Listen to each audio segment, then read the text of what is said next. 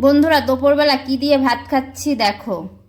এই দেখো আলুর তরকারি, আর এখানে আছে পকোড়া ভাজা, আর নিয়েছি ভাত। কি করব বন্ধুরা, আজকে রান্না করার মতন কিছু ছিল না, তো আলু ছিল ঘরে, আলুর তরকারি করেছি। আর এখন কি দিয়ে ভাত খাবো, সেই জন্য হট করে মাথায় একটা বুদ্ধি চলে আসলো। আনছি ঘরে যা আছে সেগুলো দিয়ে একটা কিছু বানিয়ে নিয়ে সেটা দিয়েই ভাত খাবো। তা সেটা হচ্ছে এই পকোড়া বানিয়ে নিয়েছি, এটা দিয়ে এখন ভাত খাবো। আর দেখো মচমচিটা কীরকম হয়েছে সেটা শুধু একবার দেখো তোমরা, সেই মচমচি হয়েছে। এই দেখো, দেখতে পাচ্ছ ভেতরে পুরো একদম মানে ফুলে গেছে। এই দেখো ফুলে কীরকম দেখো হয়ে গেছে।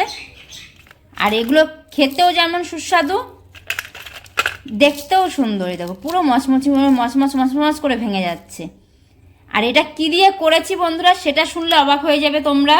এটা আমি ঘরোয়া জিনিস দিয়ে, একটু ফোঁটা আতপ চাল ছিল সেটা নিয়েছি।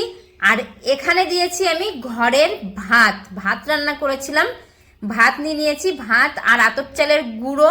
তার সাথে নিয়েছি কিছুটা কালো জিরে, কিছুটা কাঁচা লঙ্কা চিরিয়ে, একটু হলুদ, আর পরিমাণ স্বাদ অনুযায়ী লবণ দিয়ে ভালো করে সুন্দর করে মাখিয়ে সরষের তেল দিয়ে ভেজে নিয়েছি। গরম গরম খাস্তা খাস্তা পকোড়া, ভাতের পকোড়া। তোমরা যদি আগে কখনো খেয়ে থাকো অবশ্যই কমেন্ট করে জানাবে ভাতের পকোড়া কখনো তোমরা করে খেয়েছো কিনা।